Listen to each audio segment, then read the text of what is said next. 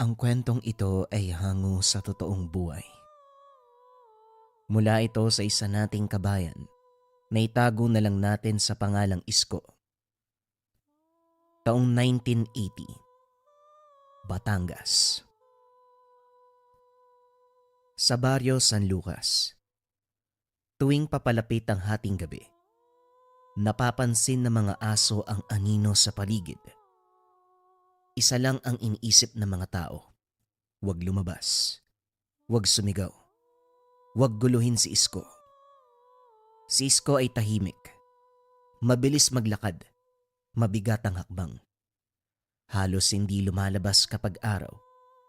Pero kapag nasimulang umalingaw-ngaw ang iyak ng manok sa hindi pa oras, sigurado silang maglalakad siya sa tabing kalsada, suot ang luma niyang jacket at may bitbit na pulang bag. Amoy sunog ang balat niya. Araw-araw pinapahiran ang buong katawan ng itim at malapot na langis na siya raw mismo ang gumagawa mula sa nyug, tuyong ahas at kung ano pang dapat malaman ng karaniwang tao. Pero may iisa lang na taong hindi natatakot sa kanya.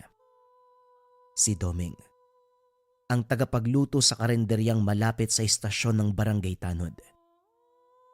Isko, may pinatay na manok sa likod ng bakuran nila Mang Ernesto. Wala ng puso eh. Ilang araw na daw? Kagabi lang. Pero hindi yun ang una. Tatlo na ang alaga nawawala sa magkakaibang bahay. Saan daw nagsimula? Kay Aling Pura, may nahanap daw siyang mga bakas eh. O sige, gabi tayo pupunta. Hindi na nagtatanong si Doming. Alam niyang hindi pala kwento si Isko. Pero sa tuwing sumasama siya sa gabi, natututo siyang may mga bagay na hindi kayang ipaliwanag ng dasal. Gabi ng Lunes, madilim ang buwan. Isinuot ni Isko ang kanyang pulang bag. Sinindihan ng sigarilyo at tinignan si Doming. Meron ka bang dalang gasera? Meron. At saka asin. Nagdala na din ako. Hindi natin kakailanganin yun. Naglakad sila panorte kung saan puro masukal. Ang hanging malamig ay may amoy na alinsangan. Habang lumalalim ang gabi ay lalong lumalabo ang hangin. Sa gilid ng bahay ni Aling Pura, may nakita si Isko na tuyo ng dugo sa damuhan. Umupo siya sa lupa, dinampi ang daliri sa bakas ng dugo at saka inilapit sa ilong. Hindi lang puso ng manok ang kinuha niya. Ha? Ano pa? Lahat ng kalamnan, kinuha nun. Hindi nagsalita si Doming. Alam niyang kapag ganito ang tono ni Isko ay may kasunod na. Sa loob ng ilang oras, narating nila ang gilid ng ilog kung saan may lumang kubo. Doon madalas nagtatago ang mga nilalang na masyado pang mangmang, mga gutom, mga bagong sabak. Tahimik si Isko. Hinubad ang jacket at inilabas ang panyo mula sa pulang bag. Ang panyo ay kulay abo, pero sa sulok ay merong burda. Lumapit si Doming sa gilid ng pintuan ng kubo. Bitbit nito ang gasera. Isko, parang may gumagalaw sa loob ah. Hindi na sumagot si Isko. Binuksan ang pintuan gamit ang paa. Isang malakas na sipa sabay pasok. Napasigaw si Doming nang may tumalsik na nilalang. Maliit, kalbo, at may mata na parang sa ahas. Bumunot si Isko ng kutsilyo na ang hawakan ay yari sa sungay ng kalabaw. Walang pag-aalinlangan, inundayan niya ng saksak sa dibdib ang nilalang. Umangil ito ng napakalakas. Umusok. Ay nako, bata pa. Aswang ba yan? Hindi pa buo. Hinog sa gutom. Pumasok sila sa loob. May mga buto ng manok, balat ng pusa, at isang sanggol na tila patay na pero gumagalaw pa ang daliri. Boy pa to ah. Diyos ko, iligtas mo siya. Kalmahan mo yung sarili mo. Halika na. Binuhat ni Isko ang sanggol at saka lumakad palabas ng kubo na parang walang nangyari. Iniwan na nakatihaya ang nilalang na pinatay. Nakanganga. Parang gustong bumangon uli pero hindi na kaya. Kinabukasan, kumalat na naman ang usap-usapan. Tahimik na naman si Isko ha.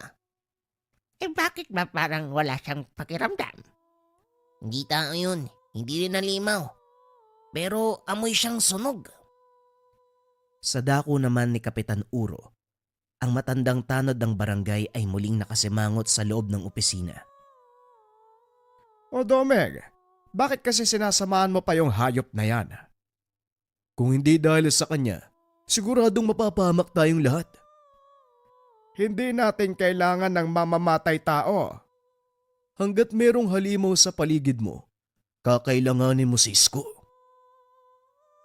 Hindi na sumagot si Kapitan. Umayos na lang ng upo at tinikom ang bibig. Sa mga sumunod na linggo, may sunod-sunod na nawawalang kambing pero walang gustong humingi ng tulong. Takot silang lumapit kay Isko. Natatakot sila na baka kung anong dala nitong sumpa kapag lumapit sa kanya.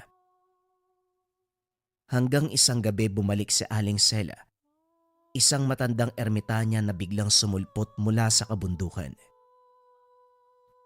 Domeng, sabihin mo sa kaibigan mo, hindi na basta halimaw ang paparating. Ano po? Ano pong ibig niyong sabihin? Hindi ko alam kung anong meron. Pero iba na ang galaw nila. Hindi na kagaya dati.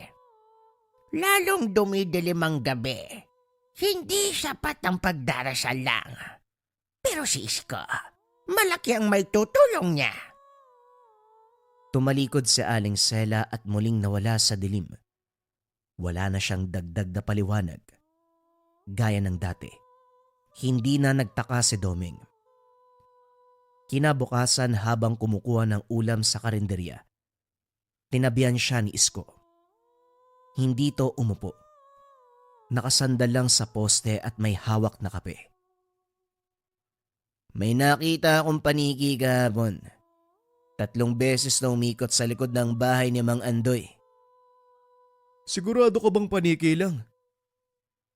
Malaki. At saka, hindi umiilag sa ilaw.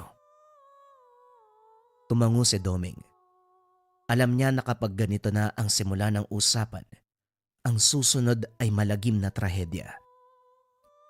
Gabi ng Miyerkules madilim ang kalangitan. Walang buwan. Ang mga ilaw sa poste ay pundi. Parang may pumipigil sa kuryente. Parang sinadya. Naglakad si Isko at Domeng sa gilid ng bukid. Ang hangin ay mabigat. Sa palagay mo ba, aswang na naman yan? Hindi lang basta aswang. Siguradong mas malaki to. May nararamdaman ka? Yung amoy niyan, parang nabubulok na dugo. Nandito yan at saka baka 3 sila. Bumunot si Isko ng panyo mula sa pulang bag. Ibinuhos dito ang kaunting langis. Kinusko sa batok, sa leeg at sa braso. Ano ba talaga yung langis na yan? Pangtaboy ng duwag at pantawag naman sa mga may bayag. Hindi pa man sila nakakaikot. May narinig silang iyak mula sa taniman. Matinis, tila batang nilunod. Tumakbo si Isko at sumunod si Domeng. Dala-dala ang gasera. Pagdating sa gitna ng taniman, nakita nila ang isang kalabaw na nakabulagta. Bukas ang tiyan. Nilapa. Sa tabi nito ay may aninong mabilis ang galaw. Itim. Mahaba ang leeg at naglalaway. Nakita ni Domeng ang mga mata na kulay abo. Walang puti. Ano ba yan? Ano bang nangyayari dito, Diyos ko? Huwag ka masyadong tumawag ng Diyos. Bigla na lang lumundag ang nilalang. Tumama kay Isko pero hindi ito natumba. Hinila niya ito pababa at saka sinaksak ng 3 sunod-sunod sa tagiliran. Umangil ng napakalakas ang nilalang. Umuusok ang balat nito sa bawat tama ng kutsilyo. Tito, may 2 pa! Ako nang bahala dito. Kunin mo yung asin.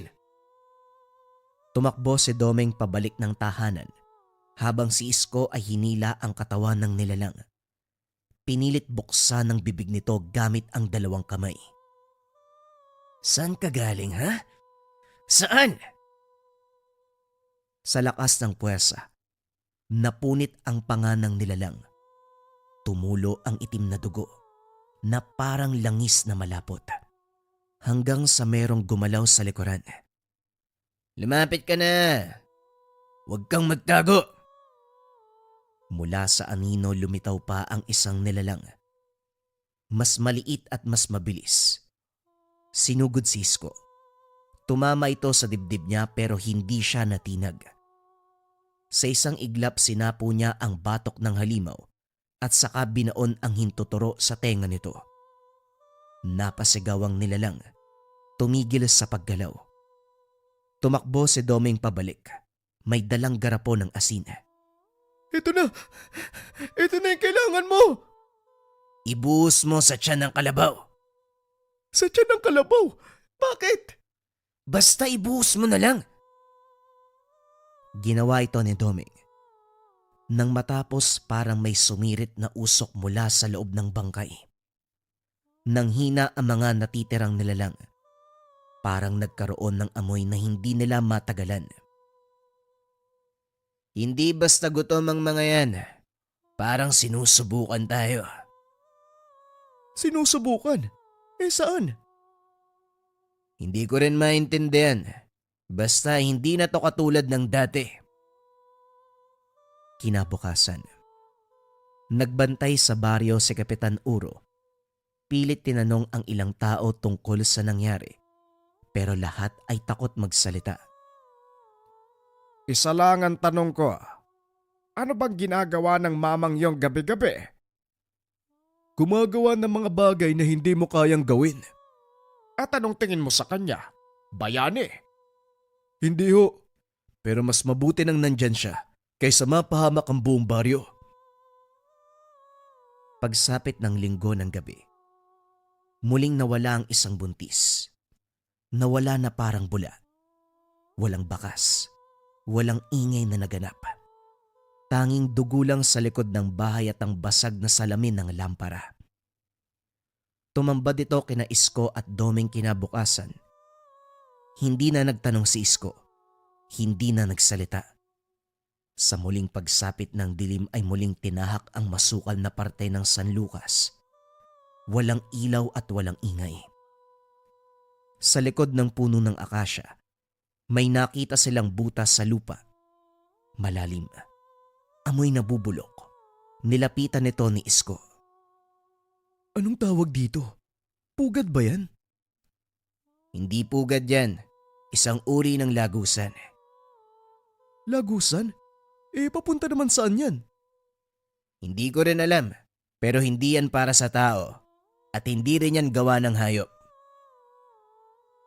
Sa gilid ng butas ay may gasgas na parang gawa sa kuko, pero mas mahaba sa braso ng tao. Biglang humampas ang hangin. Kumidlat kahit walang ulan. Tumindig ang balahibo ni Domeng. Isko, umuwi na kaya tayo? Hindi pa tayo pwedeng umalis dito. May darating pa. Habang nakatayo si Isko sa gilid ng butas, naramdaman ni Domeng ang malamig na simoy ng hangin na parang may hininga. Isko, parang may sumusunod ah. Hindi yan sumusunod. Nag-aantay yan. Mula sa butas unti-unting umakyat ang amoy na kilala na ni Isko. Halimaw na hindi na bago, pero hindi rin matanda. Bago lang sa lupa, parang sanggol na sabik sa dugo. Humugot si Isko ng maikli ngunit matalim na gulok. Naroon ito sa pulang bag. Oh, parang bago yan ah. Hindi mo naman yan dala noon ah. Hindi ko rin sana gagamitin, pero ngayon baka kailanganin. Lumuhod si Isko. Isinawsaw ang dulo ng gulok sa maliit na bote ng langis. Nang sumayad ito, umusok na ang bakal. Bigla na lang may umalulong mula sa loob ng butas. Matinis, parang pinagsamang iyak ng sanggol at sigaw ng lasing. Anong hayop yun? Hindi yan uri ng hayop. Pero batay sa amoy, parang alam ko na. Lumabas mula sa butas ang isang nilalang na halos hindi makita ng buo. Parang usok na may katawan. May dalawang mata lang na putlang-putla sa kadiliman. Sumugod ito kay Isko. Sa bilis ng galaw hindi na nasundan ni Domeng ang kaganapan. Pero bago pa man makalapit ang nilalang, sinundot ito ni Isko sa dibdib gamit ang gulok. Tumigil ang nilalang sa ere. Parang napunit. Nahati sa gitna. Nahulog sa lupa na parang tela. Pare, ano ba yan? Hindi ito ang huling lalabas dyan. Mag-antay ka. Muli na namang narinig ang paggalaw mula sa kailaliman. 2, 3, 4 na anino ang gumagalaw sa paligid ng butas. Hindi pa man lumalabas, umaalingaso na ang amoy na bulok ng laman at sirang itlog. Halika na, hindi pa ba tayo uuwi? Hindi tayo aalis sa lugar na ito hanggat hindi sila namamatay. Isang nilalang na may 4 na paa at ulo ng tao ang unang lumundag palabas. Ang balat nito ay parang hinog na bangkay. Namumula. Sinugod nito si Isko, pero sinalubong niya ng sipa sa tagiliran. Tumilapon nito pero kagad na bumangon. Muli siyang lumundag. Pinaikot-ikot ni Isko ang gulok. Isang hiwa sa hangin. Sumapul sa hita ng nilalang. Umusok uli ang sugat at napaangil ng napakalakas. Kasunod nito lumabas ang ikalawa. Mas matangkad na parang tikbalang, pero walang ulo. Nasa dibdib ang mga mata. Umuungol pero parang boses ng babae. Isko, 2 na yan. Hindi lang 2, 3. Meron pa sa likod mo. Napalingon si Domeng. Isang maliit na nilalang ang gumagapang sa lupa. Mabilis. Parang ahas na may 2 paa. Tumalon nito papunta kay Domeng pero nasalo ni Isko sa ere. Binaon niya ang gulok sa dibdib. Itinapon sa gilid. Sumugod ang nilalang na walang ulo. Hindi tinamaan ang gulok ni Isko sa unang atake. Kaya gumamit siya ng taktika. Inantay niyang sumugod at saka tinadyakan sa tuhod. Nang lumod ito, sa kanya tinaga ang batok hanggang sa dumanak ang likido na parang alkitran. Hindi ako tatabla ng pananakot niyo. Pero ito, kakaiba ang amoy. Anong kakaiba yung amoy? Bakit anong meron? Parang pinagsama-samang lahi. Hindi ito galing sa iisang ina. Parang inipon. Parang sadyang ginawa. Paghupa ng pag-atake, 4 ang namatay na nilalang. Isa sa kanila ay buhay pa. Humihinga pero hindi na gumagalaw. Lumod si Isko. Tinapik ang pisngi nito. Pilit binuka ang bibig. Saan kayo nanggaling? At sinong nagpadala sa inyo? Hindi ito nagsasalita pero ngumiti ng nakakaloko. Bumuga ng asul na usok mula sa bibig. Napaatras si Domeng. Oh, ano yun? Bilisan mo! Ibigay mo sa akin yung asin! Pilit pinakain ni Isko ang asin sa bunganga ng nilalang. Uminit ito at pumutok. Parang itlog na nabasag. Nagtalasikan ang mga itim na likido sa damuhan. Hindi lang basta taggutom ang mga nilalang. Hindi lang pagkayok sa laman ang nakikita ko. May gumagawa ng mga ganito. Kinabukasan walang gustong lumabas ng bahay sa San Lucas. Maging ang mga tanod ay hindi nagpapakita. Ang mga bata ay hindi pinapalabas. Sa karinderya, tahimik si Domeng habang nagiiwa ng sibuyas. Napansin niyang lumapit si Aling Sela. Buhay pa pala kayo. Akala ko hindi na kayo makakabalik. 4 ho yung nakita namin kagabi. Ibang-iba ho sila. Kaya nga dapat maganda. Maganda. Para saan naman po? Sa muling pagbukas ng lupa. Kapag nagsimula silang lumabas nang hindi tinatawag, ibig sabihin ay may bagong pugad. Ayaw ni Isko na magpaliwanag eh. Ang gusto lang niya, putulin na ang mga kalaban. Sabihin mo sa kanya, hindi lahat ng kalaban ay mapuputol. Lumalim ang gabi pero hindi umuwi si Isko. Sa halip ay nakaupo siya sa gitna ng sementeryo. Sa pinakalikuran, sa ilalim ng puno ng santol, doon siya madalas nagpapahinga. Sa tabi niya nakalapag ang gulok, panyo at pulang bag. Binuksan niya ang bote ng langis. Inamoy. Tila mas matapang ang amoy ngayon. Mas mabaho at makate sa ilong.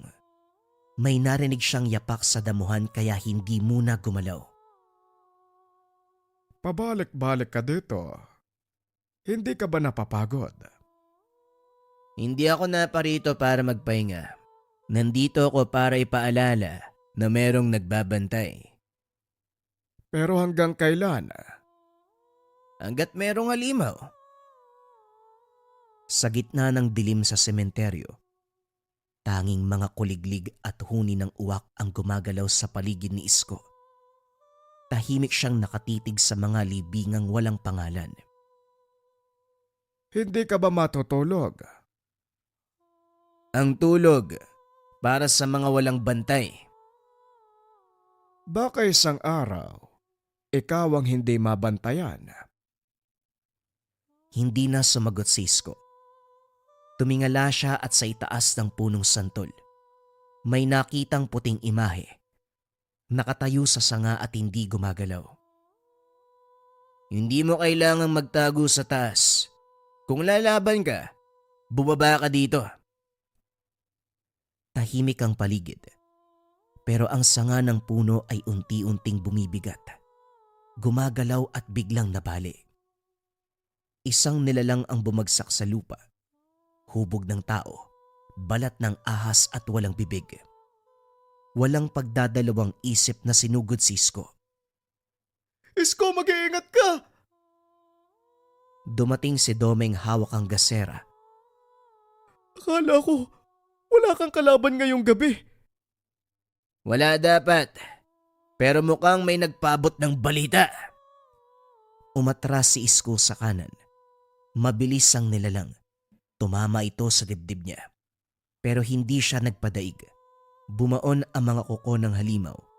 Pero pinilipit ni Isko ang kamay nito at binigwasan sa sentido. Gumulong-gulong sa lupa ang nilalang.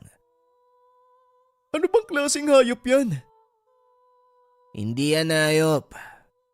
Tropa. Tropa nino. Ng kung sino mang nagpapalabas sa kanila. Tumayo muli ang nilalang. Bumilad sa gasera ni Domeng. Nang makita ni Domeng ang kabuuan ay napatras siya. Wala itong bibig, pero meron siyang 4 na mata. Ano ba ito parang... Hindi mo kailangan ikumpara. Patay na lang natin. Hinugot ni Isko ang kanyang gulok. Muli niyang pinahiran ng itim na langis. Humalo ang amoy ng usok sa damong basa. Sumugod siya. Isang saksak sa tagiliran ng nilalang. Hindi tumagos. Aba, ayos. Mukhang matibay ito. Tinaga niya ito sa batok. Umatungal ang halimaw. Kahit wala itong bibig. Sa ikatlong ulit napatigil sa paggalaw. Pero hindi pa rin bumabagsak. Bakit parang hindi mo mapatay? Mapapatay ko yan, pero hindi pa sa ngayon. Inangat ni Isko ang gasera ni Doming at saka ibinuhos ang langis sa ulo ng nilalang. Sa unang patak, nagsimulang umusok ang ulo nito. Paano mo naman nalaman? Pare-pareho sila ng balat. Pare-pareho ng wangis. Pare-pareho ng presensya. Nang maubos ang langis, parang nadurog ang loob ng nilalang. Bumagsak ito na parang basang papel. Wala ng tunog. Wala ng galaw. Kinabukasan bumalik si Isko sa sementeryo. Hindi para maganap. Para lamang umupo. Tahimik sa ilalim ng punong santol. Naglatag siya ng banig. Maya-maya ay lumapit si Doming. Anong ginagawa mo dito? Dito ko inilibing ang unang nilalang na pinatay ko. Dito? Wala ka bang takot? Kung matatakot ako sa patay, edi sana, takot din ako sa sarili ko. Hindi na sumagot si Doming. Naupo na lang siya sa tabi ni Isko. Pareho silang nakatingin sa langit. Gabi ng Sabado, may narinig na bulong-bulungan sa baryo. May natagpo ang bangkay sa paanan ng kabundukan. Isang lalaki. Wasak ang leeg. Wala ng dila. Pero ang mas nakakatakot, may mga ukit sa dibdib nito na parang pinalantik ng matulis na kahoy. Pinuntahan sila ni Isko at Doming. Sa katawan ng lalaki ay may nakasulat. Hindi pa ito ang umpisa. Huh? Anong ibig sabihin yan? Hindi ko rin alam pero siguradong may problema tayo. Anong klaseng problema? May tao nga na gumagawa ng halimaw. Habang papalapit ang bagong buwan, dumadami ang nawawala. Paminsan bata, paminsan matanda. Pero ang kakaiba, wala ng dugo sa eksena. Wala ng palatandaan, parang inubos at nilamon. Si Isko mas madalas nasa labas. Hindi na natutulog. Sa tuwing dumidilim, wala na siya sa karinderya ni Doming. Hanggang isang gabi, may dumating sa baryo, isang lalaking hindi nila kilala. Suot ay barong, puro putik, maputla at tahimik. May dalang kahon na puno ng panyo. Si Isko, alam mo ba kung nasaan? Bakit mo naman hinahanap si Isko? Gusto ko lang makita kung sino ang nakakapatay ng mga nilalang. Ha? Anong alam mo? Alam kong hindi siya ordinaryo at alam ko na hindi siya nag-iisa. Tahimik si Doming habang nakatitig sa lalaking nakabarong. Maputla ito. Tila hindi sanay sa sikat ng araw. Nakatayo lamang sa harapan ng karinderya. May hawak na kahon na may lamang mga lumang panyo na may sulsi. Sabihin mo sa akin, anong kailangan mo kay Isko? Gusto ko lang siyang makilala. Matagal ko na siyang pinapanood. Sino ka ba kasi?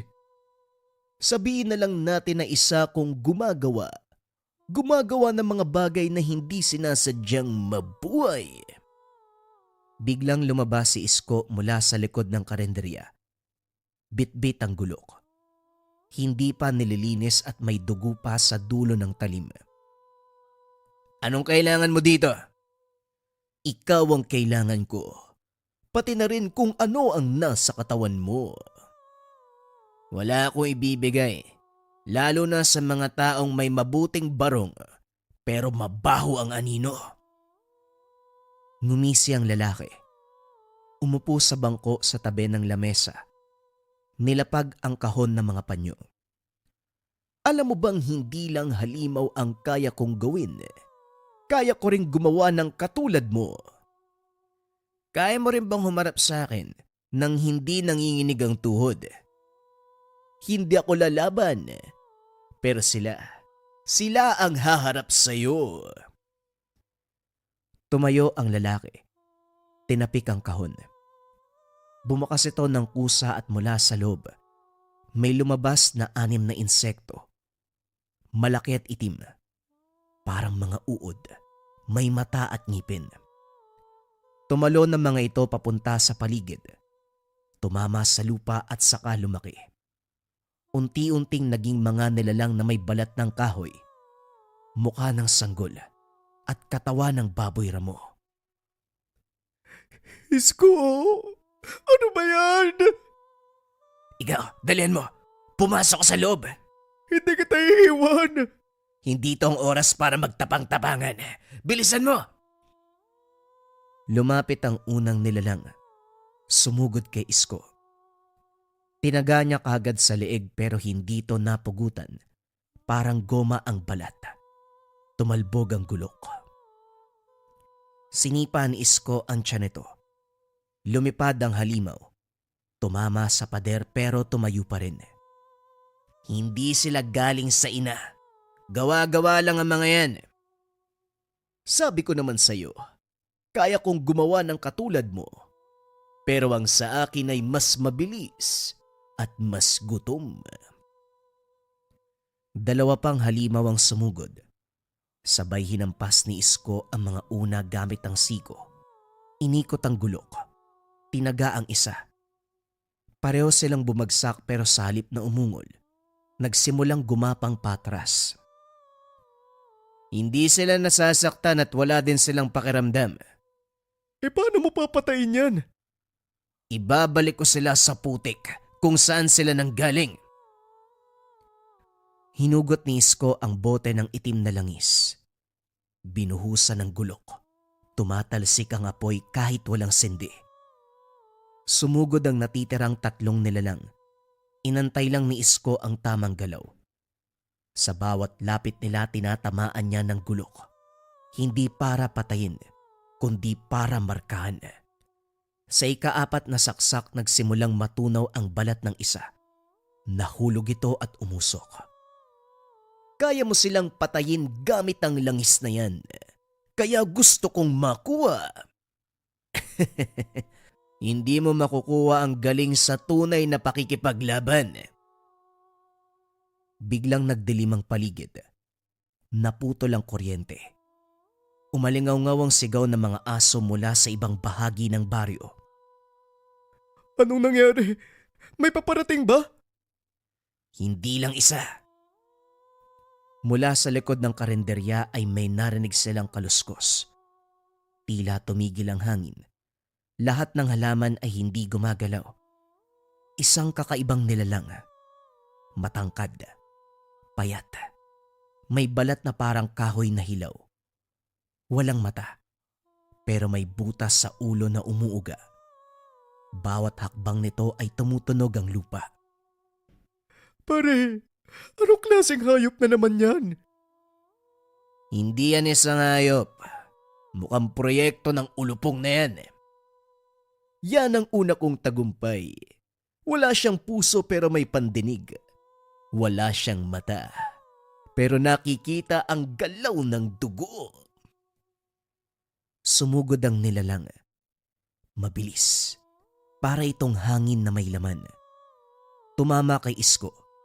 Pareho silang bumagsak. Tumalsik ang gulok at napatras si Doming. Sa lupa pinipigilan ni Isko ang mga kamay ng nilalang. Pero bawat segundo, parang lalong lumalakas. Kumakapit sa braso ni Isko at umiinit. Hindi ito normal. Sinubukan niyang sipain ang tagiliran pero hindi gumalaw ang nilalang. Isko! Isko! Tumakbo si Doming. Dinampot ang bote ng langis. Hindi siya sanay pero wala ng oras. Binuhos niya ito sa likuran ng nilalang. Sa unang pagpatak ng langis ay nagwala ito. Nabitawan ito ni Isko. Tumayo si Isko at dinampot ang gulok. Isang matinding taga ang binitawan. Tumilapon ng nilalang at umusok ang laman. Umungol sa hangin.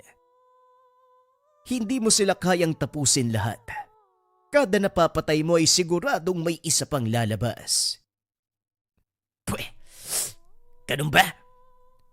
Lumapit si Isko sa lalaki. Hindi mo ko kayang patayin. Wala akong laman at wala rin akong dugo. Pero meron kang muka at sapat na ang bagay na yon. Isang malakas sa suntok ang pinakawala ni Isko. Tumama sa muka ng lalaki. Napatras at nabitawan ang kahon ng panyo. Dinampot ni Isko ang kahon. Tinignan ng loob. May isang peraso ng tela na hindi sulsi. Puti, malinis at may amoy. Sabihin mo sa akin, alam mo ba kung anong amoy na to? Hindi mo dapat amoy tiyan ng bagong panganak na aswang. Ginamit mo ang laman nila para gumawa ng bago, hindi ba? Lahat ng bagay ay merong pinagkukunan. At lahat ng bagay ay meron ding kabayaran. Hinampas ni Isko ang kahon sa lupa. Tumilapon ang mga panyo. Sunod ay binuhusan niya ito ng natitirang langis at sinindihan. Sa pagsiklab ng apoy ay nagsimulang mangisay ang lalaki. Hindi sa katawan, kung hindi sa anino. Parang may napuputol sa pagitan niya at mga nilalang. Hindi pwede. Hindi pa ako tapos. Pero ngayon, tatahimik ka muna. Nasunog ang mga panyo sa lupa. Umusok ang paligid. Ang kahon ay naging abo. At ang anino ng lalaki may barong. Naghilamos sa lupa. Unti-unting nawala. Si Isko ay nakatayo lang. Hindi niya sinundan at hindi niya rin tinapos. Ano nangyari? Tapos na ba? Hindi pa. Pero tahimik na uli ang lupa.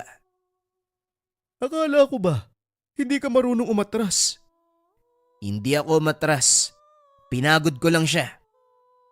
Naglakad si Isko palayo, bitbit ang pulang bag. Tumutulo pa rin ang langis sa gilid ng gulok. Ang lupa, basa sa usok at dugo ng hindi maintindihang nilalang. Sa kalsada pabalik sa karinderya, may dumaan na tricycle. Huminto ito nang makita si Isko. Boss, ikaw ba si Isko? Anong kailangan mo? May nag-iwan ng mensahe sa karinderya. Pangalan mo, wala lang pumupulot. Dumiretso si Isko sa mesa sa tapat ni Doming. Kinuha ang papel. Walang kahit anong letra. Walang pangalan. Isang bagay ang laman. Isang ukit. Isang ukit ng batang babae na nakatayo sa gitna ng taniman. Sa likod niya ay may anino na walang ulo. Oh, sino yan? Hindi ko pa alam eh. Eh anong balak mo? Baka sumilip lang. Baka makitulog. Baka magukay. Tumayo si Isko. Binuhat ang pulang bag. Nilagyan ng panibagong bote ng langis. Sigurado ka ba sa gagawin mo? Hindi kailangan sigurado kung sanay ka sa dilim. Lumakad si Isko. Hindi na nagpaalam. Hindi na lumingon. Sa likod niya ang baryo ng San Lucas. Muli na itong tumahimik. Wala nang sigaw ng mga hayop. Wala nang mga namamatay. Pero hindi ito katahimikan ng kapayapaan. Ito'y tahimik lang dahil merong nagbabantay. Isang tao nagising sa gabi. Handang pumatay ng mga nilalang at elemento na nambibiktima sa buong baryo. Ang susunod nating kwento mga kabayan ay marathon. Para ito sa mga kabayan natin na gusto ang sobrang habang upload ngayong weekend. Simulan na ang storya. Ang kwentong ito ay hango sa totoong buhay. Mula ito sa isa nating kabayan na itago na lang natin sa pangalang Carlo. Taong 2010, Bayan ng Santa Clara. 2:00 ng hapon, nang magising ang binatang si Carlo. Napuyat dahil dumayo pa sila ng pinsan na si Alex sa piyestahan sa kabilang baryo. Nagmadali siyang lumabas ng kwarto upang pumunta sa banyo. Nang mapansin si Nanay Linda na may sinisilip sa bintana. "Nay, ano pong sinisilip niyo dyan?" Sinenyas ni Linda si Carlo na lumapit sa tabi niya. Kagad itong lumapit at nakisilip sa bintana. Doon nakita ang kaganapan sa kapitbahay. "Ano pong meron kina Ate Ninya, Nay? Bakit ang dami pong tao sa bahay nila?" "Batay sa narinig ko, parang wala na yata yung lolo niya." "Naku, wala na po si Kadoming. Anong oras daw po namatay?" "Mga 9:00 kanina. Palibasa kasi tanghali ka kung gumising eh. Nahuli ka sa balita. Ay nako talaga mga kabataan ngayon." Kasi Nay, ginabi kami ni Alex eh. Pero ano po yung kinamatay ni Kadoming? Kapon lang ng umaga nakita ko pa yun eh. Bumili sa tindahan ni Aling Nena. Ang sabi atake daw sa puso." "Naku, kawawa pala si Kadoming." "Oo nga eh. Mamaya pumunta tayo doon, makikilamay tayo." Nagpunta na sa kusina si Linda. Naiwan si Carlo na nakatingin pa rin sa kapitbahay. Bahagya itong nalungkot sa sinapit ni Kadoming at naiwang pamilya. Lalong-lalo na si Ninya dahil alam ng lahat na mahal nito ang lolo Doming niya. Kinagabihan ay nagpunta nga sina Linda at Carlo kasama ang pinsan nitong si Alex sa lamay. Marami na rin ang mga taong bumisita noon. Kaya naman si Linda na lamang ang pumasok sa bahay. Naiwan ang dalawa sa labas. Habang nakatambay, nagkwentuhan muna sila. Ngunit natigil nang may mapansin si Carlo. "Alex, tignan mo yung lalaki oh. Nakatayo sa may halamanan. Parang ngayon ko lang nakita dito sa atin yan ah." Nilingon ni Alex ang sinasabing lalaki ni Carlo. "Ayun ba? Si Mang Melchor yan." Tugon ni Alex. "Oh, bakit mo naman kakilala?" "Madalas yan bumibili ng tindang ulam ni Mama eh. Alam ko nga ang paboritong ulam niyan. Hulaan mo kung ano." "O anong paborito niya?" "Dinuguan pare." "Oh, pareho pala kami ng paborito eh." "Bakit? Aswang ka rin ba?" "Ha? Anong aswang ka dyan?" Wala. Halika na nga sa loob ng bahay. Baka mayroong sopas." Hindi maalis ang tingin ni Carlo sa lalaking si Melchor. Kaya naman itinulak siya ni Alex papunta sa pinto ng bahay. Bandang 12:00 ng gabi, nagpa siyang umuwi sina Carlo. Habang palabas ng bakuran, muling napansin si Melchor na naroon pa rin sa may mga halaman. Hindi na masyadong pinansin. Tumuloy na lamang sa pinakamalapit na tindahan sa kanila upang magpagpag. 3 araw na ng lamay ni Kadoming. Hindi na ganun karami ang taong bumibisita. At dahil kapitbahay lang ni Carlo sila Ninya, palagi silang pumupunta ni Alex doon. Kaso nga lang ng gabing iyon, bigo ang dalawa na makabisita. Nagpatulong kasi ang kapatid ni Carlo sa isang proyekto kaya gabi na natapos. Kinabukasan ay nagising si Carlo dahil sa ingay ng mga tao mula sa labas. Dali-daling lumabas ng kwarto upang mag-usisa kung anong rason bakit maingay. Bumungad kagad sa kanya ang kumpol ng tao na nasa harapan ng bahay nila Ninya. "Nay, ano pong meron kila Ninya?" Na kunwari ay nagwawalis sa bakuran nila ng mga tuyong dahon. Lumapit ito kay Carlo at bumulong. Ang sabi, nawawala daw yung katawan ni Kadoming." Nagulantang si Carlo sa sinabi ng nanay niya.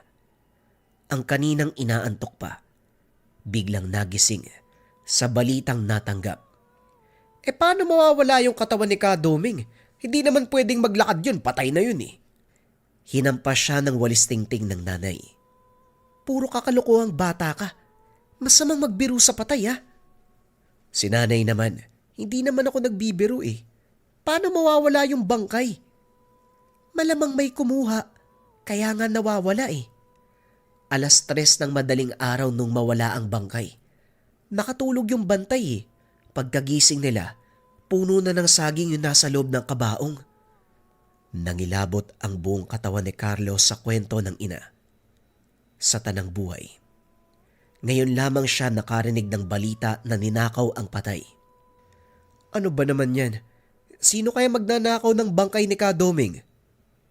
Walang may alam, pero malakas ang kutob na mga kapitbahay natin. Balbal ang kumuha kay Kadoming. Ang balbal, isang uri ng halimaw na maaaring may halintulad sa isang aswang. Ang kaibahan nito sa aswang, mga bangkay o mga patay ang kinakain ng mga balbal. Samantalang ang mga aswang naman, kumakain ng mga buhay na tao, partikular na ang mga sanggol sa sinapupunan ng mga buntis. Nagtataglay ito ng mabahong amoy. Ang bawat bangkay na hinahawakan nito, pinapalitan niya ng katawan ng puno ng saging. Nay, hindi naman totoo yung balbal eh. Huwag mo nga lakasan yung boses mo. Baka nasa tabi lang yung mga yun. Si nanay nagpapaniwala sa mga ganyan. Lumayo nga po kayo kay Aling Auring kung ano-ano yung nasasagap niyo eh. Nang dahil sa pangyayaring iyon, nagkaroon ng malawak na paghahanap ang mga mamamayan ng Santa Clara. Ilang araw din ang inabot nito. Ngunit wala ni isang bakas ng katawan ni Kadoming ang natagpuan sa kahit saang sulok ng baryo. Tulad ng hinala ni Linda at Aling Auring, ang balbal ang naisip ng mga tao, pangunahing salarin sa nangyayari. Bagamat hindi naniniwala, palagi pa ring sumasama sa paghahanap sina Carlo at Alex. Napadpad na tayo rito malapit sa paanan ng bundok. Hanggang ngayon, wala pa rin tayong nakikita. Oo nga eh, ilang araw na tayo naghahanap eh. Walang usad. Patuloy lang sa paglalakad ang dalawa nang may maapakan na matigas na bagay si Carlo. Teka, ano ba to? Pinagmasdan nilang mabuti ang natapakan. Nagkagulo ang dalawa nang makumpirma. Buto ng tao ang natapakan ni Carlo. Pare, yan yata yung buto ni Kadoming eh. Naku po, natapakan ko pa. Napansin ng kasama nila mula sa baryo. Nagkakagulo ang dalawa. Kaya naman lumapit ang kapitbahay na si Mang Robert. Oh, ano bang pinagkakaguluhan yung dalawa? Nilingon ni Carlo ang lalaki. Kagad na pinakita ang buto sa lupa na kanina lamang ay natapakan niya. Mang Robert, meron pong buto. Sinundan ni Robert ang direksyon kung saan nakaturo ang kamay ni Carlo. Nakita niya ang sinasabing buto. Ay siyaga! Ay buto nga yan! Mang Robert, hindi kaya kay Kadoming yung buto na yan? Tinawag ni Mang Robert ang kanilang mga kasama. Ipinakita ang nakitang buto. Hinala ng ilan, yon ang buto ni Kadoming. Kaya naman kagad silang naganap ng naglalakihang talahib sa lugar. Nagbabakasakali na makita pa ang ibang parte ng katawan. Maya-maya ay sumigaw ang ilan sa mga kasama. Natagpuan ang iba pang buto ni Kadoming. Nagsipagpuntahan sina Carlo sa itinuturong parte ng lugar. Tumambad sa kanila ang isang kalansay. Makikita rin, sira ang barong na suot ni Kadoming noong nakaburol ito. Mga kasama, walang duda. Si Kadoming nga to. Teka, yung balbal ba yung may gawa nito sa bangkay ni Kadoming? Hindi imposible. Mukhang tama nga si Auntie Linda. At ang iba nating mga kapitbahay.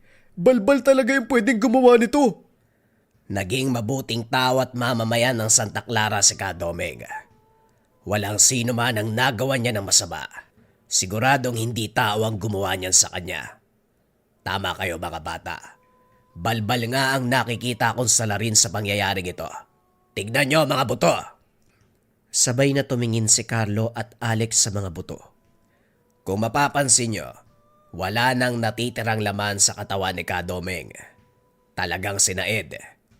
Kung ito ay ninakaw lang para ipatapon dito sa pana ng kabundukan, dapat naagnas pa. Pero ngayon, purong buto na lamang. Tumango ang dalawa, sumang-ayon sa sinabi ni Mang Robert. Mahirap man paniwalaan. Dapat doble ingat ang mga taga-baryo. Sasabihin ko kay Kapitan na utusan ng mga tanod na magpatrol tuwing sasapit ang gabi para sa kaligtasan ng lahat. Kaso hindi ba mas maganda? Dapat huliin ng mga balbal? Paano mong huhuliin ang nilalang na ni minsan na hindi mo pa nakita sa tanang buhay mo? At sa kapanigurado, hindi mo rin mahuhuli. Pabuti pa magsiwi na kayo mga bata kayo. Lumalalim na ang gabi. Nagpasya ang dalawa na umuwi dahil sa sinabi ni Mang Robert. Habang naglalakad, hindi nila maiwasang pag-usapan ang nasaksihan kanina. Pare, paano kaya kapag nakita natin yung balbal habang pauwi? Opo, syempre tatakbo ko. Ano bang itsura nun? Alam mo, nung narinig ko kay Aling Auring yung tungkol sa balbal, nagtanong-tanong ako. Napagalaman ko mukha daw tao na parang paniki. May mahabang kamay sa kakuko. Mahaba din daw yung dila. Sabay nilang inisip ang itsura. Pareho silang nangilabot. Nasa kalagitnaan sila ng pagtatakutan nang isang lalaki ang biglang lumitaw sa hindi kalayuan. Nakatayo lang ito sa ilalim ng posteng may kumukurap-kurap na ilaw. Pare, nakakatakot yung lalaki sa may poste Baka yan yung balbal na sinasabi nila. Tatakbo ba tayo? Bilisan na lang natin maglakad, pare. Hindi na nakasagot si Alex. Inunahan nito ng takbo ang takot na nararamdaman. Napatakbo na lang din si Carlo. Sa pagdaan nila sa harapan ng lalaki sa poste, unti-unting bumagal ang pagtakbo ng dalawa. Dahil napansin nila, normal na tao lang ang nakatayo sa may poste. Si Mang Melchor ba yan? Oo, si Mang Melchor nga. Ano ginagawa niya dyan sa poste? Nananakot ba siya ng tao? Nang makalagpas sa harapan ng poste, nagmadali uli silang maglakad. Nang mga oras na yon ay iisa lamang ang naisip nila. Bakit ganun? Amoy nabubulok. Oo nga nasusuka ako. Bilisan natin. Makalipas ang ilang minuto, narating nila ang tahanan nila Carlo. Hinihingal pa ang dalawa. Napansin sila ni Nanay Linda. Oh, ano bang nangyari sa inyo? Para kayong hinabol ng aso Natatawa si Aling Linda sa itsura ng dalawa. Samantala, hindi makasalita si Carlo at Alex. Nang makahinga ng maluwag ay nagtanong na ito. Nay, si Mang Melchor kasi, nakatayo dun sa may poste Nakakatakot Oo nga, auntie. Hindi siya kumikilos Tapos pagdaan namin amoy nabubulok. Ano ka mo may nabubulok? Malansang nabubulok ba? Tumango ang dalawa. Nabalisa si Linda sa naging sagot ng mga ito. Ikinandado ang pintuan. Sinarado ang mga nakabukas sa bintana. Wala nang lalabas sa inyong dalawa Dito ka na matulog, Alex. Bakit naman po? Hindi po ako nakapagpaalam sa nanay ko. Baka makasalubong niyo uli yung balbal. Mas mabuting nandito lang kayo. Hindi na muling umimik si Linda.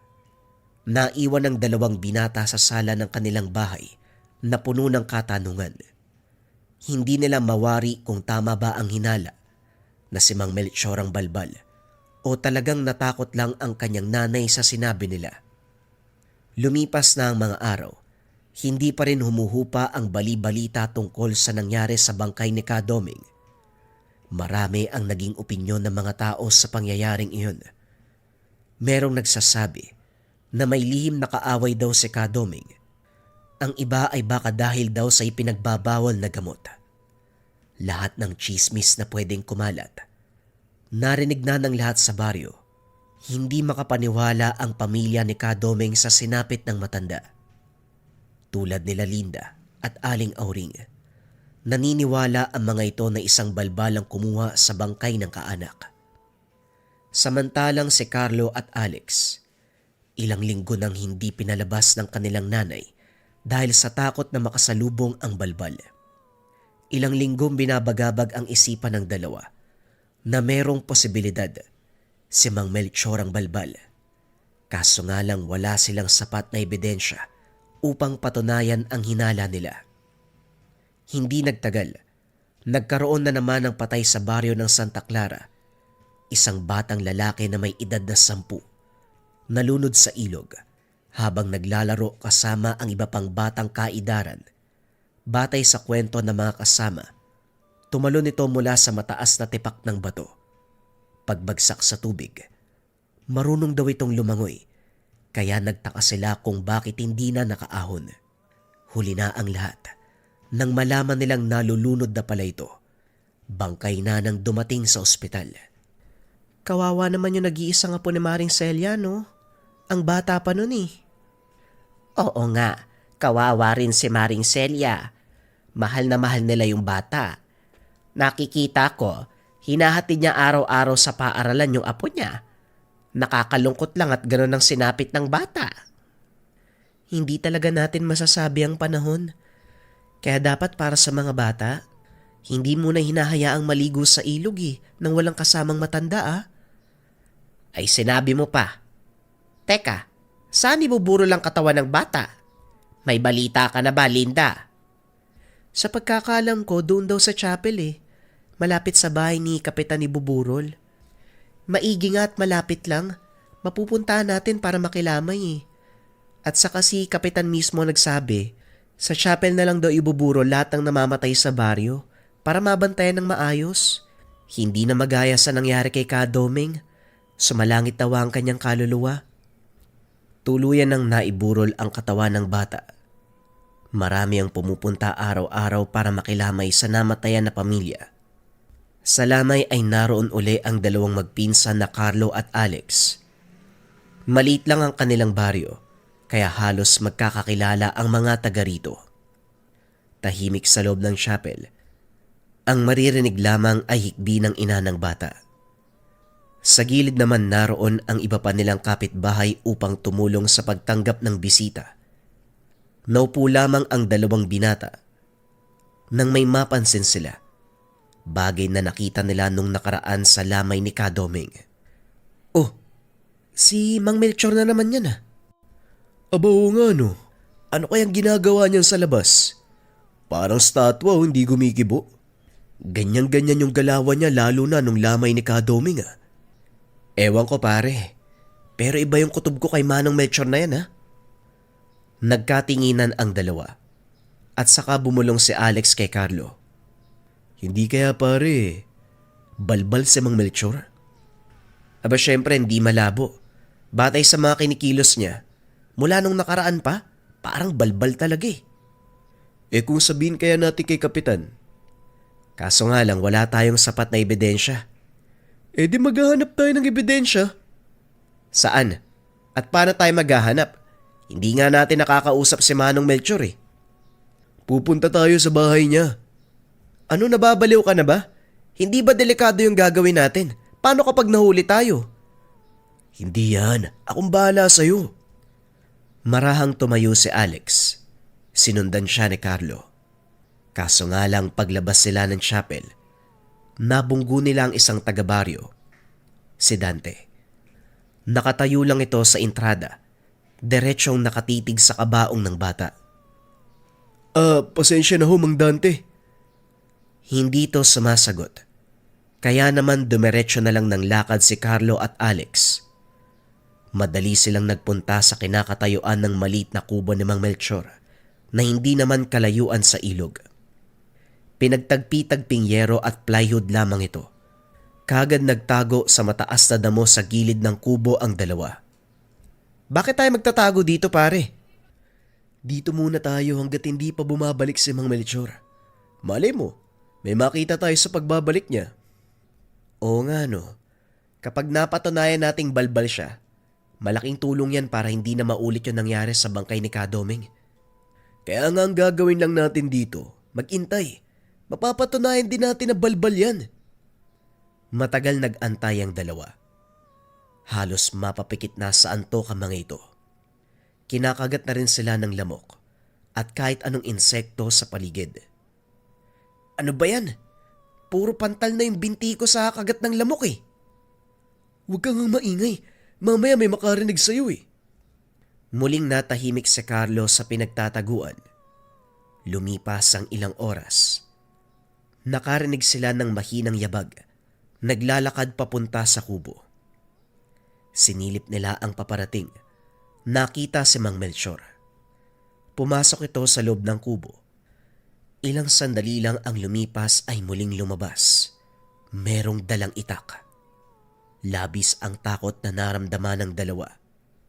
Sa kabila ng nararamdaman, pinilit nilang kumalma upang makahanap ng sapat na ebidensya. Naglakad si Mang Melchor papunta sa grupo ng puno ng saging na nakatanim sa kaliwang bahagi ng kanyang kubo.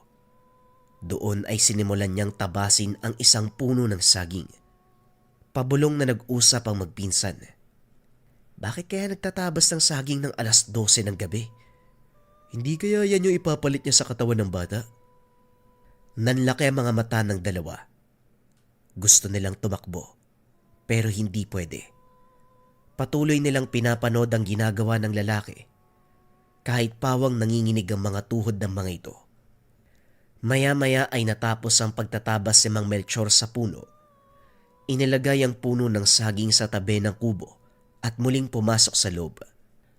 Pagkaraan ng ilang minuto ay lumabas na may hawak na maliit na bote. Naupo sa bangkito, nagsimulang magpahid sa katawan ng kung anong laman ng bote. Mula sa mga braso nito hanggang papunta sa binti. Pare, Magpapalit na yata ng anyo yan ah.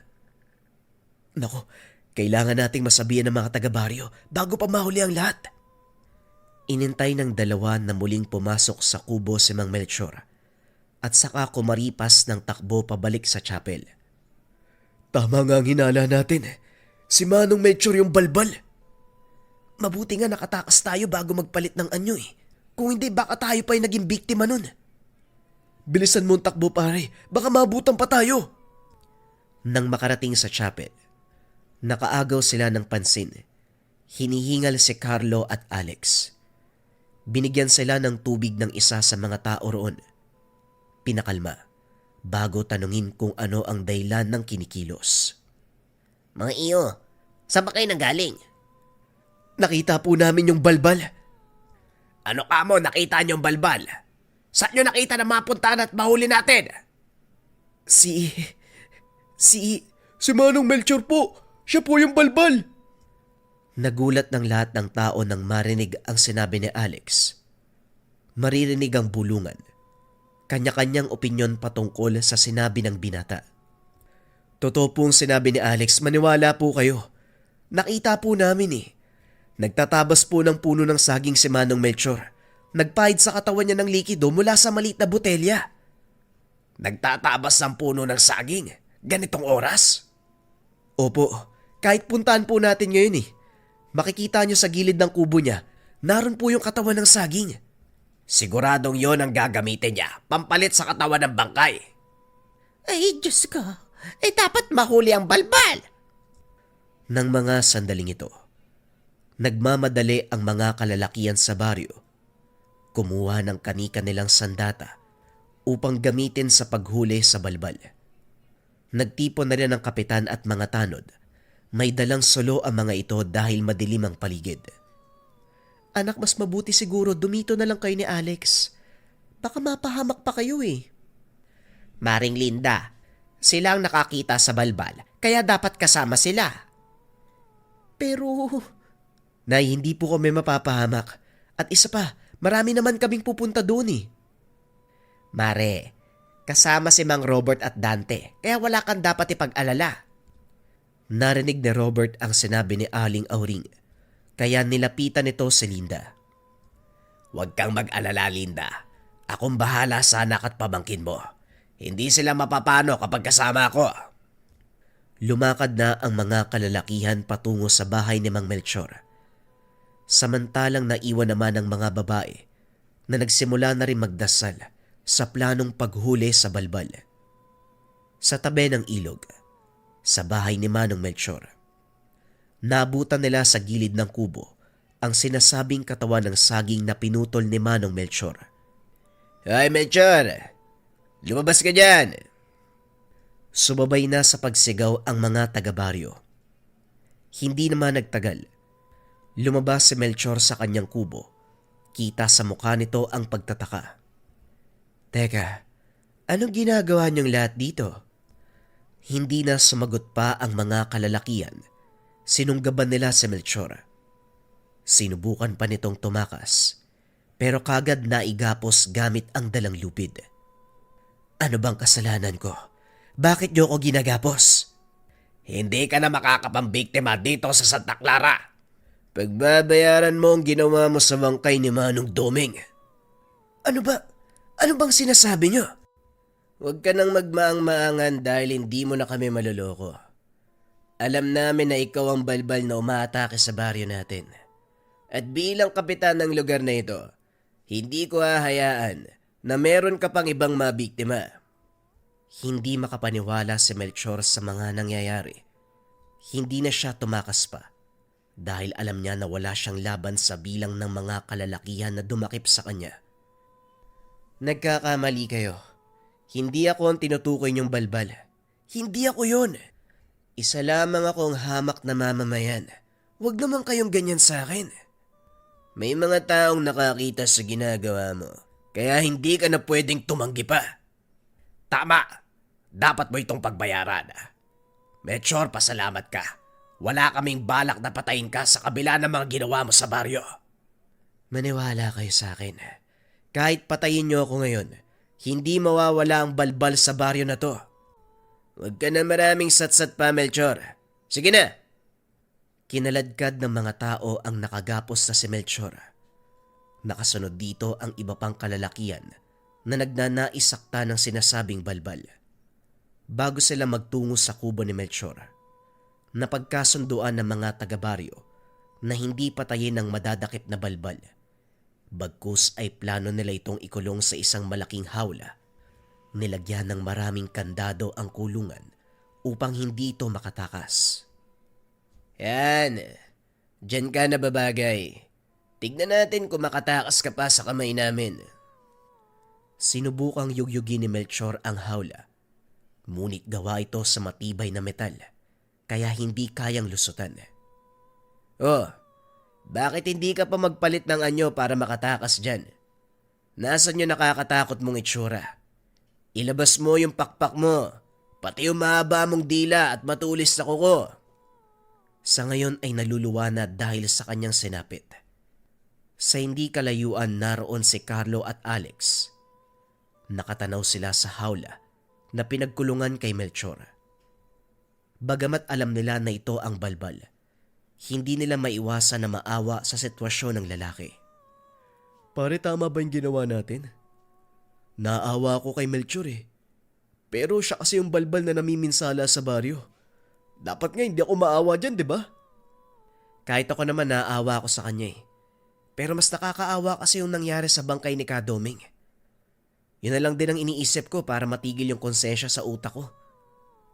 Kung sa bagay, ngayong nahuli na siya, wala na tayong dapat ikabahala.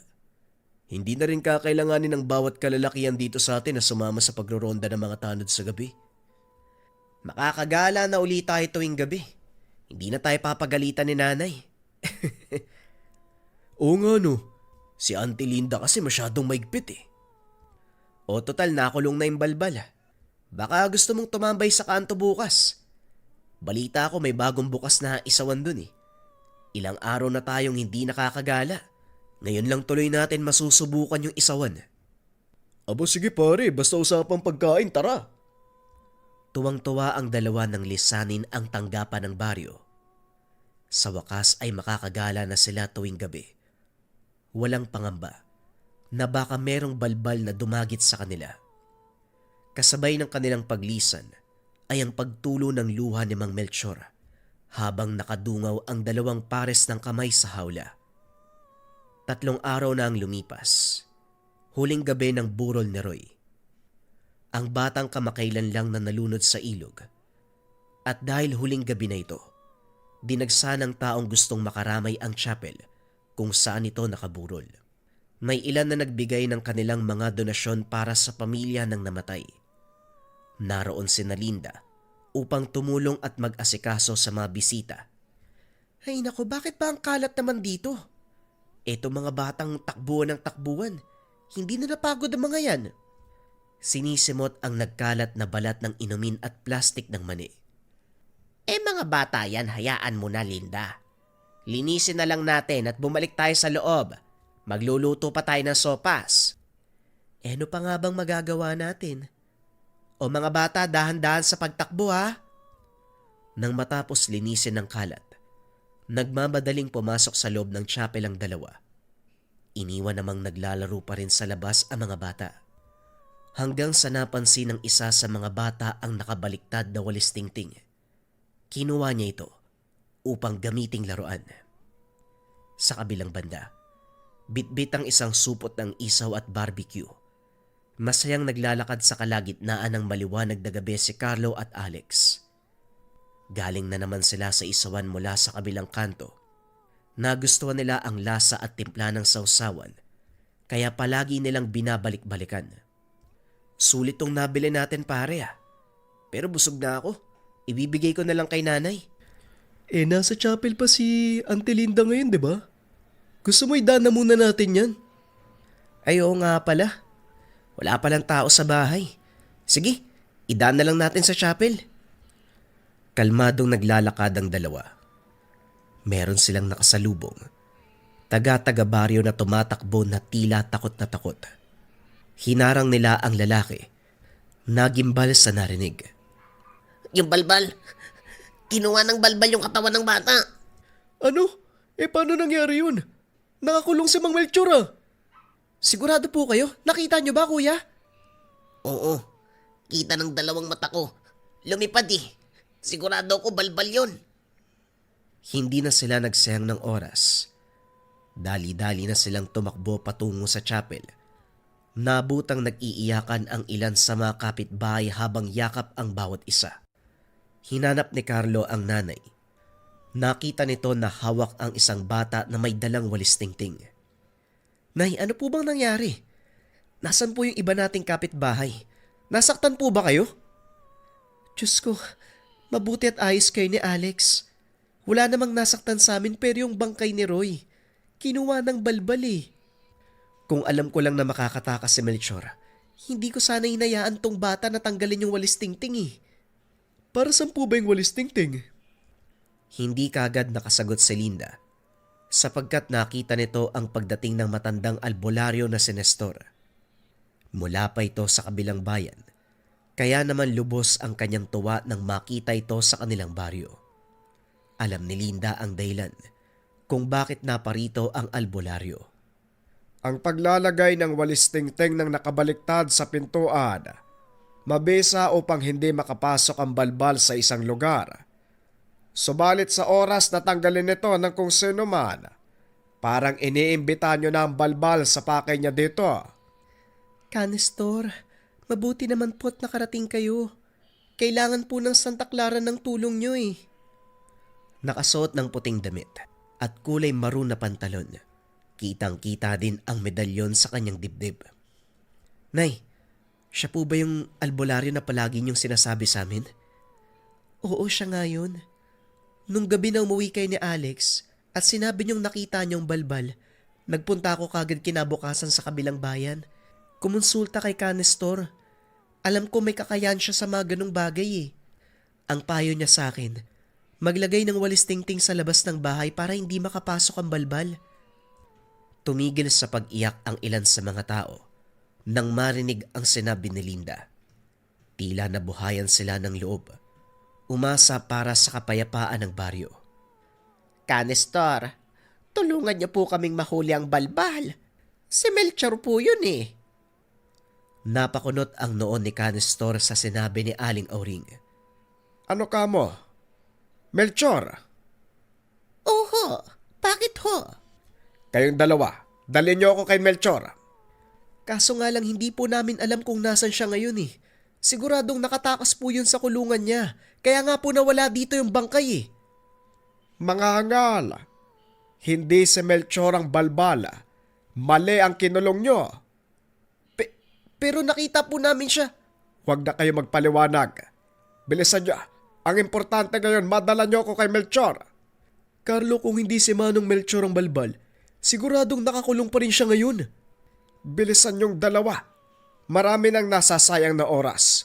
Maaari pa nating maibalik dito ang bangkay ng bata. Kagad na kumilos si Carlo at Alex upang ituro ang daan kay Canestor. Nakasunod din ang ilan sa mga taga-baryo upang mag-usisa sa mga susunod na pangyayari. Nang makarating sa tanggapan, sinalubong sila ng tao sa tanod. Itinuro kung saan nakakulong si Manong Melchor. Nagulat sila sa nadatnan. Totoo nga, nandito pa rin si Manong Melchor. Hindi nga siyang balbal. Naku Carlo, nagkamali nga tayo. Tuluyan nilang nilapitan si Melchor na nakaupo lamang sa sulok ng hawla. Napansin ito, may mga taong papalapit sa kanya. Kaya naman nakiusap kagad si Melchor. Pakawalan niyo ako dito. Wala naman akong ginagawang masama eh.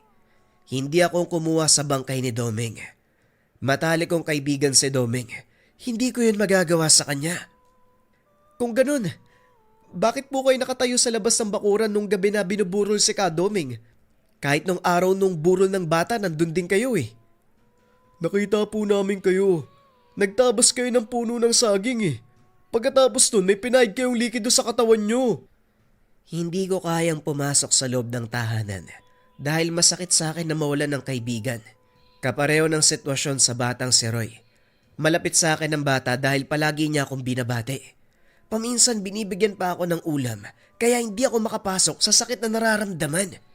Parang pamilya ko na ako ituring si Roy kaya hindi ko matanggap na maging siya ay nawala. Dahil sa kagustuhan ko makabawi sa pagiging mabuti ng bata sa akin, naisip ko magandog sa kanyang lola Celia ng saging na tanim ko. Kaya nung gabing yon, nagtabas ako. Hiniwalay ang katawan ng puno. Bala kong kunin yung ubod eh. Gagawin ko sanang ulam sa mga darating na araw. Ang tungkol naman sa sinasabi niyong likido, langis yun mula kay Nestor. Pinapahid to sa aking katawan kapag nakakaramdam ako ng pananakit. Hindi muna kasi kayo nagtatanong. Napabuntong hininga si Canestor. Habang ang dalawang bata, nagsisisi sa lahat ng ginawa nilang pambibintang kay Mang Melchor. Mag-isa na lang ako sa buhay. Wala na akong pamilya dahil katulad ng sinapit ko dito sa Santa Clara, napagbintangan din sila. Sinunog ang bahay na tinutuloyan namin noon. Ako lang ang nakaligtas. Manong Melchor, patawarin niyo po kami ha, pinagbintangan namin kayo eh. Nadala po kami ng takot ng mga panahon na yun eh. Huwag kang mag-alala kaibigan, nandito na ako para iligtas ka. Ilalabas kita sa kulungan. Ang tunay na balbal ang dapat mahuli. Tinanggal ang kandado sa hawla at pinakawalan si Mang Melchor. Sa wakas ay nakalaya na siya. Nagpasalamat ito sa lahat ng tumulong. Hindi na rin nagsayang ng oras sina Carlo. Kagad silang nagtanong kung saan nagtungo ang kapitan at mga tanod. Siguradong susundan ng mga ito ang balbal upang bawiin ang kinuhang bangkay. Malakas ang kutob kong nasa malapit lang ang balbal. Naaamoy ko ang masangsang niyang aroma. Ako rin eh. Parang may naaamoy ako. Bulok at malansa. Tinignan ang buong paligid. Tila nagmamasid sa kung anong maririnig na kilos sa tabi. Maya-maya pa, nakarating na sila sa paanan ng kabundukan. Baka nandun sa lugar kung saan natin nakita yung kalansay ni Ka Doming. Hindi pa man nakakarating. Tanaw na nila ang kumpol ng mga tao mula sa baryo. Naghahalughog sa mataas na damo. Bagamat may naaamoy silang mabaho, patuloy pa rin sila sa paghanap. Nasa na kaya yun? Napainto sa ilalim ng mataas na puno si Alex. Inayos ang tsinelas na suot dahil napigtas na yata ito sa kakatakbo. Habang inaayos, pasipol-sipol pa ito hanggang sa isang malamig na likido ang tumulo sa ulo niya. Huh? Ano to, kadiri naman? Kinapa ang likuran. Napansin ang kulay ng dugo. May halong laway ang nakapa. Dahan-dahang tumingala. nakita ang balbal. Nasa itaas ng puno, nilalantakan ang hawak na bangkay. Napasigaw si Alex. Naalerto din ang balbal. Lumipat sa iba't ibang puno upang tumakas. Bilisan niyo! Huwag niyo siyang hayaang makalayo dito! Tinugis ng mga tao ang balbal. Samantalang naghahanda naman si Canestor upang sagupain ito, gamit-gamit ang dalang langis. Nagtungo papuntang kabundukan ng balbal, kaya napahinto ang ilan sa kanilang mga kasama dahil hindi alam ang ruta na pasikot-sikot. Mas mabuti pa ako maghihiwalay tayo. Bubuo ng pangkat upang mas mapabilis ang paghanap sa kinaroroonan nito. Sundan niyo lamang ang mabahong amoy. Siguradong nasa malapit lang yan. Saka umakyat ng kabundukan nang walang kasiguraduhan.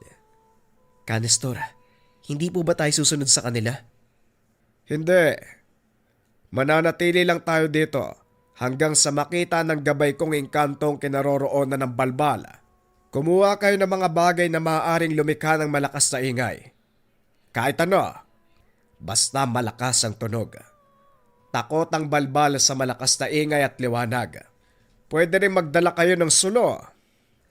Nataranta ang dalawa sa utos ni Canestor. Kahit may natitirang dugo sa katawan ni Alex, hindi na ito pinansin. Tumakbo pabalik sa nayon. Dumiretso sila sa bahay nila Carlo. Doon ay kumuha sila ng kaldero at iba't ibang bagay na magagamit sa paggagawa ng ingay. Dala ang mga gamit. Pinilit ng dalawa na tumakbo ng mabilis sa abot ng kanilang makakaya. Habang papunta sa paanan ng kabundukan, nakita ang mga kapitbahay na may dala na pang-ingay. Nang magsabi ng hudyat sa Canestor, gumawa na sila ng ingay. Sige, lakasan nyo pa ang pag-iingay. Maya-maya, siguradong lalabas din ang balbal. Kasabay ng paglakas ng ingay, ay siya ring paglakas ng hangin sa paligid. Makikita ang paggampas ng hangin sa mga puno, ang paglipad ng mga dahon, papunta sa rumaragas ang ilog. Dala ng hangin ang mabahong amoy na nanggagaling sa balbal. Hindi nagtagal. Isang matinis na sigaw ang umalingaw-ngaw sa paanan ng kabundukan. Ramdam sa sigaw nito ang labis sa sakit. Kitang-kita nila ang balbal. Bumubulusok papunta sa kanila. Makasama, yumuko kayong lahat! Paikot-ikot sa ere ang balbal. Hindi sila maatake. Ihanda niyo ang lambat. Kapag bumaba ang lipad, ihagis niyo. Hindi na yan pwede makatakas sa atin. Ilang minuto ang tinagal bago ito muling bumulusok pa ibaba. Nagkaroon ng pagkakataon ang mga taga-baryo na ihagis ang lambat sa balbal. Pumulupot ito sa katawan at pakpak ng nilalang, kaya kagad itong bumagsak sa lupa. Gamit ang mahabang mga kuko, sinubukan itong tumakas sa pamamagitan ng paglaslas sa lambat. Inaasahan na ng mga taga-baryo na gagawin ito ng balbal. Napaghanda nila ang magiging kilos. Inilabas sa mga kadena na ginamit noon sa hawla na pinagkulungan kay Manong Melchor. Itinali ang mga paa at kamay nito gamit ang makapal na uri ng tanikala. Sinigurado na wala na itong takas sa kanila. Ikulong sa aula. Hindi yan pwede makatakas. Ayos na ba talaga? Nahuli na ba? Halos maihipa ako. Buti na lang napigilan ko. Huwag kang magpakampante. Hindi pa tapos. Ano ho, hindi pa tapos? Nahuli na yung balbala. Hindi na nagsalita pa si Canestor. Dumiretso ng lakad papunta sa kagubatan. Canestor, saan po kayo pupunta? Dito po yung daan pabalik sa nayon. Hindi sila nilingon ni Canestor na para bang wala itong naririnig. Napakamot na lang sa ulo ang dalawang binata. Halina kayo mga bata. Baka hindi na natin maabutan si Nestor. Mahirap maligaw sa agubatan ng ganitong oras. Robert, sumama ka sa akin. Naglakad na rin ito papasok sa loob ng kagubatan. Akala ko tapos na. Hindi pa pala. Habang tahimik na sumusunod si Melchor at Robert, wala namang humpay ang reklamo ng dalawang binata na kasama. Kulang na lamang maging tunog ng mga kuliglig ay pansinin. Napahinto ang grupo sa paglalakad nang makita ang figura ni Canestor. Nakatayo lamang ito sa harapan ng nakahigang putol na katawan ng akasya. Nang mas lumapit pa ang grupo sa bagay na nasa ibabaw ng akasya, naging malinaw sa kanila. Ito ang katawan ng batang si Roy. Napatakip na lamang sila ng ilong nang maamoy ang aroma ng nakakasulasok na laman. Wala na ang mga lamang loob. Bukas ang gitnang bahagi ng katawan. Kawawa naman. Patay na. Binastos pa. Walang ya talagang balbal. Kung binigyan nyo lang ako ng pagkakataon na patayin yon, talagang gagawin ko. Pasalamat tayo may natira pa sa bangkay ng bata. Kaunti lamang ang nakain ng balbal. Kung hindi ito nabantayan ng aking gabay, malamang nakuha na ito ng iba pang nilalang. Wala man lang akong nagawa para sa batang yan. Kung mamarapati nyo, hayaan niyong ako mismo ang kumarga sa bangkay niya pabalik sa chapel. Tumango bilang sagot si Canestor at Robert. Walang arteng binuhat ni Mang Melchor ang bangkay. Hindi alintana ang mabahong amoy. Tahimik lang ang grupo habang naglalakad. Walang ni isa ang gustong bumasag sa pagdadalamhating nararamdaman. Kasabay ng katahimikan nito, ang lihim na pagluha ng mga taga-baryo nang makita ang kalunos-lunos na sinapit ng paslit. Kinabukasan, sumapit na ang umaga sa baryo ng Santa Clara. Hindi pa rin malimutan ng lahat ang mga pangyayari noong gabi. Nananahan pa rin ang takot sa kanilang mga katawan dahil sa ginawa ng balbal. Muling ibinurol ang natitira sa bangkay ni Roy. Tulad nung unang araw ng burol nito, walang humpay pa rin ang pag-iyak ng kanyang nanay. Bilang nag-iisang anak lamang ni Carol, ang nanay ni Roy, hindi nito matanggap ang sinapit sa kamay ng balbal. Balo na ito kaya talagang ingat na ingat sa kanyang anak. Namatay ang nobyo dahil sa atake. Ni hindi man lang nalaman ng kasintahan na nagkaanak sila. Kaya tanging si Aling Celia na lamang ang katuwang nito sa buhay. Gustong gumanti ni Celia sa ginawa ng balbal sapo. Kaya naman kinaumagahan, kagad siyang pumunta sa tanggapan ng baryo kung saan nakakulong ang nilalang. Nakita niya ang hawlang pinagkukulungan nito. Balot ito sa kadena at malalaking tanikala. Lumapit si Celia sa hawla. Rumihistro ang gulat sa muka nang makita ang itsura ng balbal na nasa anyong tao. Dante! Ikaw ba yan? Bumalik sa kanyang alaala noong araw ng burol ni Roy. Nakita niya si Dante. Nakatayo lamang sa entrada ng chapel.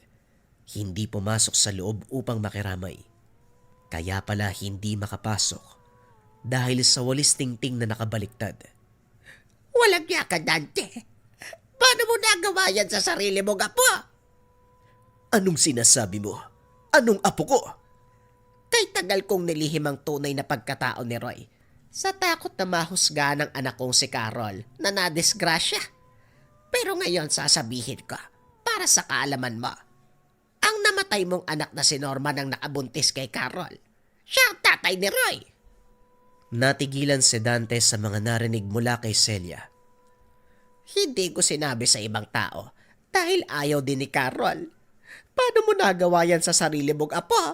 Sumagot ka! Unti-unting mababakas ang pagsisisi sa mukha ni Dante. Hindi ko alam. Hindi ko alam. Tuluyang bumagsak ang luha. Ano pang silbi ng pag-iyak mo? Nilapastangan mo ang bangkay ni Roy. Nang araw na yun, nalaman ng buong baryo ang tungkol sa pagkatao ng balbal. Nagulat ang iba sa balita, habang ang iba nagkaroon lalo ng galit sa balbal. Matapos ang kaganapan, pilit ibinalik ng mga tao sa baryo ang sigla ng kanilang nayon. Nagbigay ng pagpapasalamat kay Canestor. Siya na rin ang bahala sa balbal. Sa kabilang dako naman ng Santa Clara, makikita si Carlo at Alex na nagtatabas ng puno ng saging. Bilang paghingi ng tawad sa pambibintang na ginawa kay Mang Melchor, tinulungan nila ang matanda sa mga gawain. Nagsilbing aral din sa dalawa ang kaganapan. Huwag kagad magbibintang. Huwag magpapakalat ng mga impormasyon, lalong-lalo na kung hindi ka sigurado sa mga sasabihin. Ngunit hindi rin masisisi ang dalawa. Sa takot na dala ng mga balbal, talagang hindi ka na makakapag-isip pa ng maayos.